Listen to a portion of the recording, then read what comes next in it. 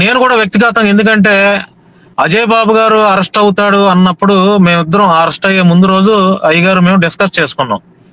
చేసుకొని అంటే ఎట్లా డిస్కస్ చేసుకున్నామంటే, ఎవరు జాగ్రత్తగా ఉండాలి అయ్యగారు, మీరు కూడా అంటే మీరు కూడా జాగ్రత్తగా ఉండాలి తమ్ముడు, మీ మీద కూడా ఫోకస్ ఉంది అని ఎట్లా చెప్పినప్పుడు అజయ్ బాబుని కూడా అరెస్ట్ చేస్తారు, సూచనలు అయితే ఉన్నాయని వికేఆర్ గారు చెప్పారు. ఆ డిస్కషన్ చేసుకున్న తర్వాత ఆయన వికేఆర్ గారు, ఇకపోతే ఈ ఛానల్లో ఈ లైవ్లో నేను వ్యతిరేకిస్తున్న వాళ్ళు కూడా ఉన్నారు. మరి వాళ్ళని ఎందుకు తీసుకున్నారో అయితే నాకు తెలీదు. గతంలో నాతో కలిసి పనిచేసి నాకు వేరుగా ఉండి నా జీవితంలో నా పరిచర్యను, నా జీవితాన్ని ఒక గాడిలో పడేయడానికి చూసిన వారిలో ఒకరున్నారు. అది వారికి తెలుసు. వారిని ఈ లైవ్లోకి తీసుకోవడం నేను ఇష్టపడడం లేదు. ఒకవేళ నేను ఈ లైవ్లో కొనసాగాలనుకుంటే తనని వెనక పంపించండి, లేదంటే నేనే లెఫ్ట్ అవుతాను. తర్వాత మీరు ఏం మాట్లాడుకున్నా నాకు సంబంధం లేదు. అన్న ఓకే? ఎవరన్నా నేను మాట్లాడతాను. ఫిరోజ్ గారు, ఐ విల్ టాక్. అన్న, మీరు ఏం చెప్పదలుచుకున్నా మాకు అర్థమైందన్న. మేము ఇంట్రడక్షన్ మాత్రమే మేము గాబ్రియల్ నా తరపున గాబ్రియల్ మాట్లాడతాడు. ఒకవేళ ఉంటే నేను లెఫ్ట్ అవుతాను. నా తరపున గాబ్రియల్ మాట్లాడతాడు. లేదు ఏదైనా ఇది క్వశ్చన్ అవర్ కాదండి, ఇది క్వశ్చన్ అవర్ కాదన్న, ఎవరికి క్వశ్చన్ అవర్ లేదు. నేనే మాట్లాడతాను. క్వశ్చన్ అవర్ కాకపోయినా నేను మరలా చెప్తున్నాను, నేను నాతో కలిసి పనిచేసి నా నుండి వేరై ఇప్పుడు నాకు వ్యతిరేకంగా ప్రవర్తిస్తున్న వారికి నేను దూరంగా ఉండదలుచుకున్నాను. ఓకే, సో ఎందుకంటే ఇది ఈకేఆర్ గాస్పల్ మీడియా అనే నా ఛానల్లో కూడా లైవ్ వెళ్తుంది కాబట్టి వాళ్ళని నేను మరలా ఈ ఛానల్లో నేను చూడడం, చూపించడం నాకు ఇష్టం లేదు. సో నేను ఇది ఖచ్చితంగా మాట్లాడుతున్నాను. మిగతా విషయాలు గాబ్రియల్ మాట్లాడతాడు. ఇది వివాదం కాదు అన్న. ఒక 1 minute ఉండండి. ఒకవేళ మరి విశ్రాంతి గారి కోసం అయితే మీరు తప్పుగా అభిప్రాయపడుతున్నారన్న. విశ్రాంతి గారు కాదు కాదు కాదు కాదు అసలు తమ్ముడు విశ్రాంతి క్రిస్టియన్. I love you.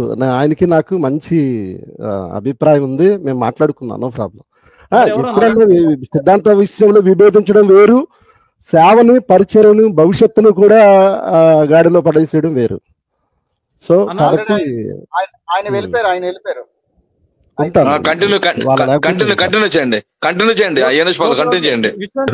మన మధ్యలోనికి ఏకేడబ్ల్యూసి అపాలజిస్ట్ అయిన అనిల్ కుమార్ బ్రదర్ వచ్చారు. అన్న, మీరు మాట్లాడిన వికేఆర్ తో. Praise lord brother. ఈనోష్ గారు, థ్యాంక్స్ అండి. Thanks for giving me this wonderful opportunity. అలాగే ప్యానెల్లో ఉన్న వికేఆర్ అన్న గారికి కూడా వందనాలు. Good evening. It's a very nice thing, good thing. మంచి విషయాలు మాట్లాడారు. అన్ని చాలా చక్కగా, సామరస్యపూర్వకంగా చాలా విషయాలు మాట్లాడారు. కానీ కొన్ని విషయాలు ఏవైతే స్ట్రెస్ చేసి మనం మాట్లాడాలో అవన్నీ కూడా మరి ప్రశ్నించేవారు కానీ, సమాధానం చెప్పేవారు కానీ అవన్నీ కూడా గాల్లో వదిలేసి ఇప్పుడు దాకా మరి 2 గంటల పాటు ఈ కార్యక్రమాన్ని సాగించారు అనేది నేను అనుకుంటున్నాను. ఎందుకంటే క్రైస్తవ్యం అనేది ఏ ఒక్కళ్ళ సొత్తు కాదు. అది ప్రభువుని అనుసరిస్తూ ఉన్న వాళ్ళది, ప్రతి ఒక్కరిది, ఏ ఒక్కరిది కాదు. ఎందుకంటే యేసుక్రీస్తు అందరివాడు కాబట్టి మన అందరిది. కానీ కొద్ది రోజులుగా చూస్తున్నాం మనం, కొద్ది సంవత్సరాలుగా చూస్తున్నాం మనం, వికేఆర్ అన్న గారు మీరు నొచ్చుకోవద్దు, I'm so sorry to ask you like this. నేను మిమ్మల్ని ఇలా అడుగుతున్నందుకు మీరు నన్ను చెడ్డగా అనుకోవద్దు. ప్రజల్లో ఉన్న డౌట్సే నేను అడుగుతున్నాను. వికేఆర్ గారు ఎవరిని సొంతం చేసుకుంటే వాళ్ళు మంచివాళ్ళు, వికేఆర్ గారు ఎవరిని ద్వేషిస్తే వాళ్ళు చెడ్డవాళ్ళు, వికేఆర్ గారు ఎవరికి పెద్దపీట వేస్తే వాళ్ళు క్రైస్తవ్యంలో ఉన్నతమైన ఆలోచన లేదా భావజాలం కలిగిన వాళ్ళు, వికేఆర్ గారు ఎవరినైతే ఇష్టపడరో లేకపోతే ఎవరినైతే వాళ్ళతో ఏకీభవించరో వాళ్ళందరూ కూడా వాళ్ళది దయ్యపు బోధ, లేకపోతే వాళ్ళు దైవజనులు కాదు, లేకపోతే వాళ్ళు అసలుకి క్రైస్తవులే కాదు అనే విధంగా కూడా ఈ యూట్యూబ్ మాధ్యమంగా వెళ్ళింది. Right, number 1. ఇందాక వికేఆర్ అన్నగారు చాలా చక్కగా విషయాలని చెప్తూ మన క్రైస్తవులందరికీ కొన్ని విషయాలను నివృత్తి చేశారు. ఏంటంటే ఏది ఏమైనప్పటికీ అందరినీ క్షమించేసి అందరినీ కలుపుకొని మనం అందరం కూడా ఏకతాటి మీద రావాలని చెప్పి. కానీ అతను ఎవరో నాకు తెలియదండి, నేను ఆడియో వింటున్నాను, నేను వీడియో చూడలేదు, నేను డ్రైవింగ్ లో ఉన్నాను కాబట్టి నేను వీడియో చూడలేదు. నాకు నచ్చని ఒక వ్యక్తి, నాకు పడని ఒక వ్యక్తి అతను ఇక్కడ కనపడుతున్నాడు, అతన్ని తీసేయండి లేకపోతే నేను వెళ్ళిపోతాను అని అన్నారు. అందరినీ కలుపుకునే కాన్సెప్ట్ ఇక్కడ పోయింది, మొత్తం అంతా నీళ్ళల్లో కలిసిపోయింది. అంటే ఏదైనప్పటికీ నన్ను అడగండి తప్ప స్టేట్మెంట్ లేకుండా మీరు ఇక్కడ పోయింది అని చెప్పొద్దు. మీరు నన్ను ప్రశ్నించండి అన్నా. సార్ నేనేం ప్రశ్నించాలో కూడా మీరే సార్, నేనేం ప్రశ్నించాలో కూడా మీరే పోయింది అని సమాధానం చెప్పొద్దు. మీరంటే నాకు చాలా గౌరవం సార్, నాకు కూడా ఉంది సార్ గౌరవం. సార్ నేనేం ప్రశ్నించాలో కూడా మీరే నియంత్రిస్తే ఎలా?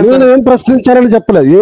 అప్పుడే పోయింది అని అంటే అసలు నేను ఆ వ్యక్తి ఎవరో మీకు తెలియదు, అది ఆ వ్యక్తి ఎవరో మీకు తెలియదు. మరి తెలియనప్పుడు ఎందుకు స్టేట్మెంట్ ఇచ్చారు? అసలు ఆ వ్యక్తి అసలు మనలో ఉన్న సేవకుడా, మీలో ఉన్న సేవకుడా, మనతో పాటు కొనసాగే సేవకుడా, అతడు ఎవరో తెలుసా? తెలియకుండా చెప్పొద్దు. సేవకుడు కాదు, అరే ఎవరో లేదు, నేను చెప్పేదాకా మీరు ఆగాలి. అర్థం ఏంటండి అని అడగాలి కదా మీరు. సార్ ఏం తొందరపడ్డం లేదు. ఏంటి మీ దిశానిర్దేశాలు నాకు తెలియగడుగుతా? ఏంటి, ఏం దృష్టిలో పెట్టుకుని మాట్లాడుతాం? మీరు ప్రశ్నించండి. మీరు డిసైడ్ చేయకుండా నన్ను ప్రశ్నించడానికి వచ్చినప్పుడు ప్రశ్నించండి. అందరికంటే ముందుగా యూట్యూబ్ లో మీరు కనబడినప్పుడు మిమ్మల్ని గౌరవించి సపోర్ట్ చేసి మీ అంత జ్ఞానం, మీకు తెలిసినంత జ్ఞానం వరకు లేదని ఎందరికో చాటి చెప్పినవాని నేను. అర్థమైందా? ఉపయోగిస్తున్నానని అతని ప్రస్తావన ఒకళ్ళు తప్పించుకుని మీరు మనసులో ఏదో ఉంచుకుని మాట్లాడకండి. మీకు సమాధానం ఉంది. ఎవరు లేరో ఉన్నారో నాకు తెలుసు, నేను చెప్పగలను, నాకు తెలుసు. సమాధానం చెప్పండి సార్. స్టేట్మెంట్ ఇచ్చారు. నేను ఎవరి గురించి చెప్పాను? ఆ కుర్రాడు, నాతో పాటు ఉన్నవాడు, నా నుండి వేరే నా పరిచయం పాడు చేస్తూ ఇప్పుడు హైదరాబాద్ సంఘాన్ని కూడా సొంతం చేసుకున్న ఒక వ్యక్తి పక్షంగా నిలబడి ఇప్పటికీ నా భవిష్యత్తుని గాడిలో పెడుతున్నవారు, ఇప్పటికీ నా జీవితాన్ని పాడు చేస్తున్నవారు నా ఎదురుకుండా నాతో. ఇప్పుడు మన ఇద్దరికి ఏమైనా విభేదాలు ఉన్నాయనుకోండి అనిల్ గారు, మనం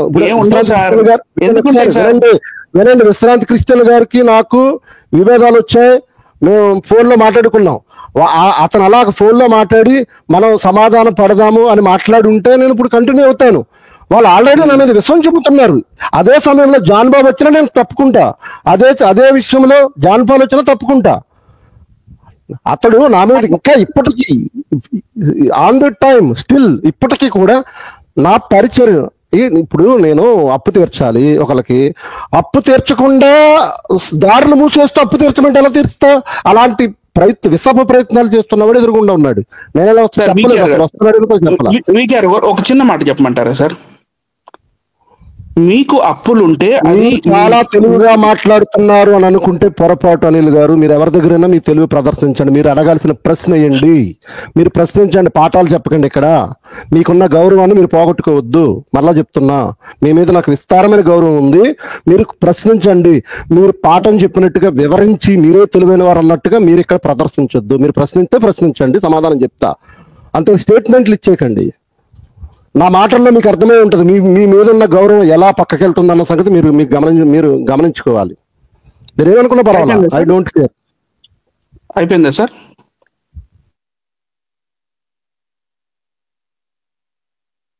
మాట్లాడండి, మీరు ప్రశ్నించండి. మీరు స్టేట్మెంట్లు, నా మీద స్టేట్మెంట్లు అయితే ఇవ్వకండి సార్. అది మీ యూట్యూబ్ ఛానల్లో మీరు ఇచ్చుకోండి, నా గురించి ఏదైనా వీడియో పెట్టుకుని ఏమైనా చేసుకోండి, కానీ మీరు ప్రశ్నించండి. ప్రశ్నించడానికి వచ్చిన ప్రశ్నించడం, నా సమాధానం ఏనండి. నేను చెప్పేదానికి మీరు డిసైడ్ చేసేకండి. ఇలాగా ముందు జరిగిందంతా మీరు ఆడియో విన్నాను, అది విన్నాను కాబట్టి ఇక్కడే పోయిందని మీరు స్టేట్మెంట్లు ఇవ్వకండి. నేను ఎవరి ఏడాలో ఎలా ఉండాలో నాకు తెలుసు. సరే, ఇప్పుడు వినోష్ పాల్ గారు, మీరు మోడరేటర్ కదా, మరి నాకు పర్మిషన్ ఇస్తారా? మాట్లాడొచ్చా? అదే సార్, ఆయన ఏమన్నా ప్రశ్న ఉంటే అడగమంటున్నారు కదా, ఏమన్నా ఉంటే అడగండి బ్రదర్. మీరు ఏదైనా సరే, ఇప్పుడు సిసి గారు చాలా ఆయనకు అభ్యంతరకరమైన అడిగారు, అలా ఏమైనా ఉంటే అడగండి, ఆయన సమాధానం చెప్తా అంటున్నారు కదా. సార్ మీకు అప్పు ఉంటే అది మీ సొంత పర్సనల్ అప్పులు సార్. దానికి క్రైస్తవ్యానికి ఏంటి సార్ సంబంధం? దాని వెనకాల ప్రవీణ్ అన్న ఫోటో పెట్టుకొని నాకు 3.5 లక్షల అప్పులు ఉన్నాయి అవి ఇవి అని చెప్పుకోవడం ఇది చాలా అభ్యంతరకరం అండి. నీకేంటి నొప్పి సోదరా నాకు తెలియదు. తన ముందు ఫస్ట్ నువ్వెవరు వస్తున్నావు నన్ను అడగడానికి? ఫస్ట్ సమాధానం చెప్పేసిన తర్వాత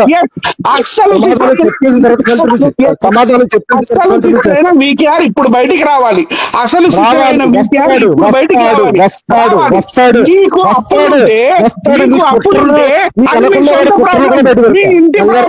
మీ ఇంటి ప్రాబ్లం, మీ సొంత ప్రాబ్లం. అనిల్ నీ మీద గౌరవాన్ని పోగొట్టుకుంటున్నావు అనిల్. నేను అన్నాను గౌరవాన్ని పోగొట్టుకుంటున్నావు. ప్రశ్నించారు, సమాధానం చెప్తా వినండి. నేను సమాధానం చెప్పనివ్వండి. నా సొంత అప్పులు నేను ఎవరిని అడిగాను? ప్రవీణ్ అన్న ఫోటో పెట్టుకుని నేను అడిగానా? నేను నా మీద కోర్టు నోటీసులు పంపించారు. నా మీద కోర్టు నోటీసులు పంపించినప్పుడు ఈ సమయంలో కోర్టు నోటీసులు ఏంటని 3 నెలల నుంచి నేను ఉన్న బాధల్ని వ్యక్తపరిచాను. నాకున్న క్రైస్తవ కుటుంబం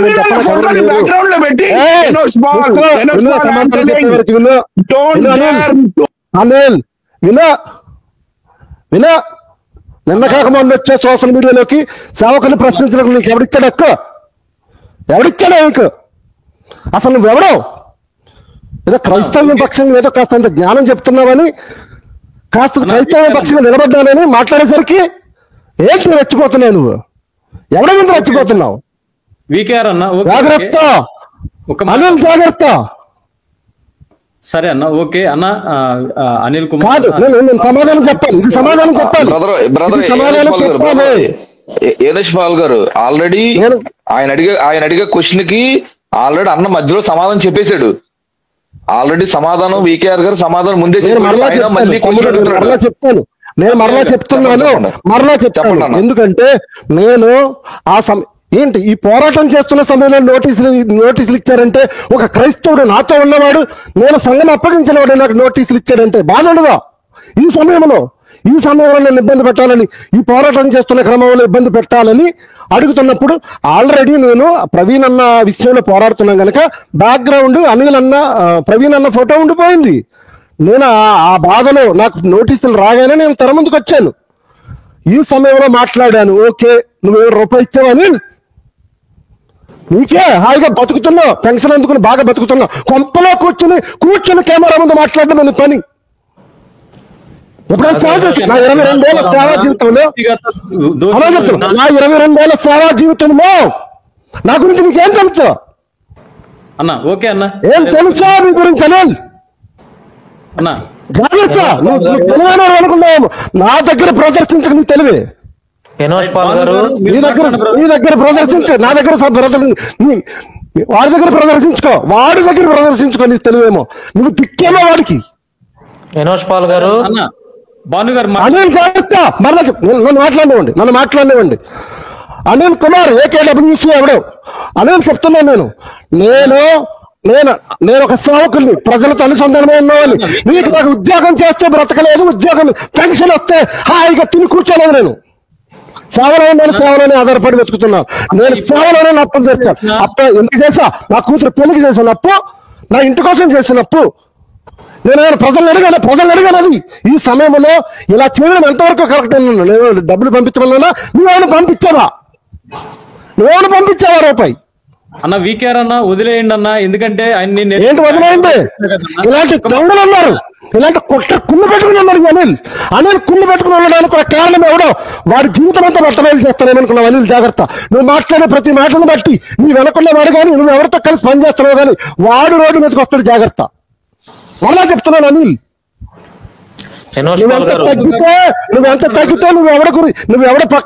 ఎవరితో కలిసి ప్రయాణం చేస్తున్నావో వాడు సేఫ్ గా ఉంటాడు. నువ్వు కనుక నా మీద నోరేసుకుని పడ్డావో వాడి జీవితం బయటకు వస్తా చెప్తున్నా. జాగ్రత్త. ఒకసారి అందరూ బ్రతమాలతో ఉరి పెట్టుకుంటానని వాళ్ళ ఆవిడ ఉరి పెట్టుకుంటానంటే తగ్గా. ఇప్పుడు నన్ను రేపొద్దు. ఇప్పుడున్న మతోన్మాదులకి మనం అవకాశం ఇవ్వకుండా ఉండాలి. ఏంటి నా పర్సనల్ క్రైస్తవులకి చెప్పుకుంటా. ప్రవీణ్ అన్న మరణాన్ని పక్కన అడ్డు పెట్టుకోవాల్సిన అవసరం నాకు లేదు. అన్న దయచేసి క్షమించండి, మైక్ మ్యూట్ చేసిన అన్న. ఐకమత్యంగా ఉండాలి అనేది ఎవడాడు 10 లక్షలు రే రారా దమ్ముంటే 10 లక్షలు కొట్టేసానని నిరూపించిన వాడికి నా ఇల్లు రాసిస్తా, రండిరా. ఎవడొస్తాడు? రండి రండి రండి రండి రండి రండి. నేను గనక ప్రవీణ్ అన్న మరణాన్ని అడ్డు పెట్టుకుని ఎవడైనా నేను ఇంత సంపాదించేసుకున్నాను, ఇంత ఇంత కొట్టేశానని ఎవడైనా వాడితే, మీరు దమ్ముంటే మీరు అమ్మకి అబ్బకి పుడితే రండి రండి. నా బ్యాంక్ స్టేట్మెంట్ చూడండి. ఎవరైనా నిరూపిస్తే నా ఇల్లుని రాసి ఇచ్చేస్తా. ఏమైనా బుద్ధి ఉందా? వందల మంది చూస్తున్న లైవ్ లోకి వచ్చి ఒకటికి ఎలా మాట్లాడాలో తెలియదు, వచ్చి మాట్లాడి ఇప్పుడు ఆ వ్యక్తిని నేను గెస్ట్ గా పిలిచినా నేను ఇదే పద్ధతిగా మాట్లాడతా. ఒకరిని ఎవరినైనా మనం గెస్ట్ గా మన ఛానల్లోకి పిలిచినప్పుడు అతన్ని గౌరవిస్తూనే మాట్లాడాలి. మరలా ఇంకొకసారి మనం పిలిస్తే వచ్చేటట్లుగానే మాట్లాడాలి. అది మహాసేన రాజేష్ అయినా నేను అట్లాగే మాట్లాడతా, వికేఆర్ గారైనా అట్లాగే మాట్లాడతా, ఏకేడబ్ల్యూఎస్ అనిల్ కుమార్ గారైనా అట్లాగే మాట్లాడతా. అంతేగాని ఇక ఏదో ఆధిపత్యం చలాయించాలన్న ధోరణిలో వచ్చి ఏం చెప్పినా వింటాననుకుంటే నేను అలా వినే టైప్ కూడా కాదు. వచ్చి సభా మర్యాద లేకుండా లైవ్ లో వచ్చి ఏదో గౌరవిస్తున్నాం కదని కొంతమందికి రెస్పెక్ట్ ఇస్తే తీసుకోవడం తెలియదు. ఆ విషయం నాకు తెలుసు. కానీ అయినా కానీ చివరి వరకు పేషెన్స్ అనేది ఉంటది కదా, అంతవరకు రెస్పెక్ట్ ఇస్తూనే ఉంటా. కానీ కొంతమంది దాన్ని దుర్వినియోగం పరుచుకున్నప్పుడు వికేఆర్ అన్న కన్నా కూడా నేను చాలా అగ్రెసివ్ అవుతా. ఇంకా కోణం ఇంకా నాకు తెలియదు ఎవరికి. వీడెవడో పనికి మాలనుడు కేసు పెడతా అనుకుంటున్నాడు. పెట్టుకోరా, కేసు పెట్టు, నేనేంటో నీకు కూడా తెలుస్తుంది.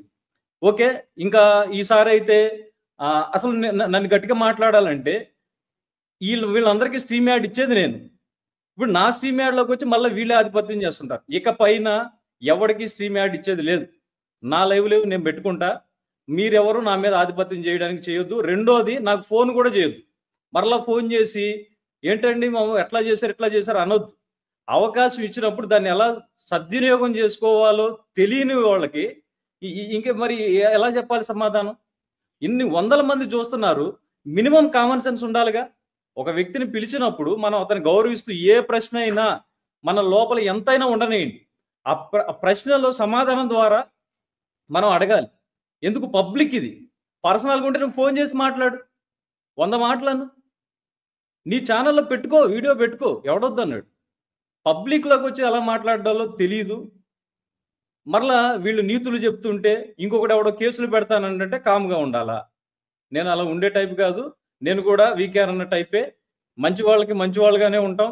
ఎందుకంటే దేవుడే మన దేవుడు అలాంటి వాడు కదా. యథార్థవంతుల ఏడల ఆయన యథార్థంగా ఉంటాడు, మూర్ఖుల ఏడల వికటంగా ఉంటాడు. ఆయనైనా అంతే, నేనైనా అంతే, సిసి గారు అయినా అంతే అనుకుంటున్నాం. రైట్, థ్యాంక్ యూ అన్న, మీరు మా లైవ్లోకి వచ్చారు. మా వల్ల అయితే ఇబ్బంది మేము కలిగించలేదని అనుకుంటున్నా.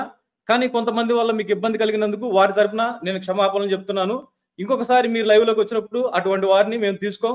వాళ్ళు వస్తానని రిక్వెస్ట్ చేసినా కానీ తీసుకో. వాళ్ళకి తెలుసు వాళ్ళు రారు, కానీ సిగ్గు ఏమన్నా ఉంటే రారు. ఒకవేళ వస్తానన్నా మేము తీసుకోమన్నా. థ్యాంక్ యూ అన్న.